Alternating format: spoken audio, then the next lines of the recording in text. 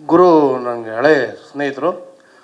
ಮಠ cinema ರಿಲೀಸಿಗೆ ಮುಂಚೆ ಉದಯ T ವಿಲಿ ನೀವು ಆ್ಯಂಕರಿಂಗ್ ಮಾಡಬೇಕು ಅಂದ್ಬಿಟ್ಟು ಒಂದು ಚಾನಲ್ ತಗೊಂಬಂದು ಮೈಕ್ ಇಟ್ಬಿಟ್ಟು ನನ್ನ ಪ್ರಶ್ನೆ ಕೇಳು ನೀನು, ನಾನು ಉತ್ತರ ಕೊಡ್ತೀನಿ ಅಂತ. ಪ್ರಶ್ನೆ ಏನು ಕೇಳೋದು ಗುರು ಹತ್ರ?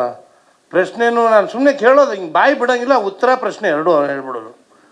ಎಲ್ಲ ಮಾಡಿ ಬೆಳಗ್ಗೆಯಿಂದ ಸಾಯಂಕಾಲದವರೆಗೂ ಅದನ್ನೆಲ್ಲ ಇಂಟ್ರ್ಯೂ ಮಾಡಿ, ನಾಳೆ ಬರ್ತದೆ ನೋಡು ಟಿ ವಿಲಿ ಚಂದ್ರು, ಸಖತ್ತಾಗಿ ಮಾತಾಡಿದ್ದೆ.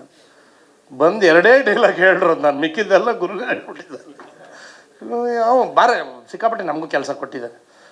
ಅವ್ರ ಮಿಸ್ಸಸ್ ಅಲ್ಲೇ ಪರಿಚಯ ಆಗಿದ್ದು ನನಗೆ, ಡೈರೆಕ್ಟರ್ ಸ್ಪೆಷಲ್ ಪಿಕ್ಚರಲ್ಲಿ ಕರೆದ. ಆ ಕಾಸ್ಟ್ಯೂಮ್ ಚಂದ್ರಿಗೆ ಕಾಸ್ಟ್ಯೂಮ್ ಹಾಕ್ಸ್ದೆ.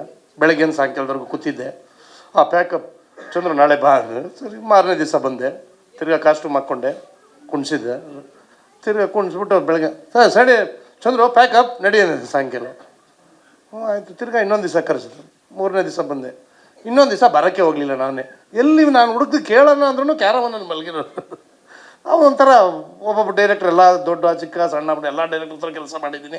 ಅಂದರೆ ಸ್ನೇಹಿತರಾಗಿ ಭಾರಿ ಸ್ನೇಹಿತರಾಗಿದ್ದರಿಂದ ನಡಿ ಚಂದ್ರು ಇವತ್ತೇನು ಬೇಡ ಮಖ ತೊಳ್ಕೊಳ್ಳೋಣ ಅಂದ್ಬಿಡೋರು.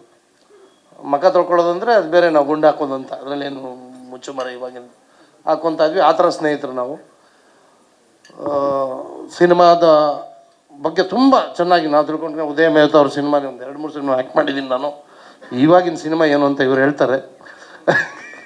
ಉದಯ ಮೆಹ್ತಾ ಅವರು ಈ ಸಿನಿಮಾಗೆ ಒಳ್ಳೇದಾಗಲಿ. ರವಿ ದೀಕ್ಷಿತ್ ನಿರ್ಮಾಪಕ, ಈ ಸಿನಿಮಾದ ನಿರ್ಮಾಪಕ ನನ್ನ ರಮೇಶ್ ಅವರು, ಮತ್ತು ರವಿ ದೀಕ್ಷಿತ್ ನನ್ನ ಭಾರಿ ಹಳೆಯ ಸ್ನೇಹಿತರು. ಏನಿಲ್ಲ, ಅವ್ನು ನನ್ನ ಮದುವೆ ಮಾಡಿಸ್ದ, ನಾನು ಅವ್ನ ಮದುವೆ ಮಾಡಿಸ್ದೆ ನಿಂತ್ಕೊಂಡು. ನಾವು ಫ್ರೆಂಡ್ಸು, ಆ ರೀತಿ ಫ್ರೆಂಡ್ಸು. ಎಲ್ಲರಿಗೂ ಒಳ್ಳೇದಾಗಲಿ, ಈ ಸಿನಿಮಾಗೆ ಒಂದು ದೊಡ್ಡ ಹಿಟ್ಟಾಗಲಿ.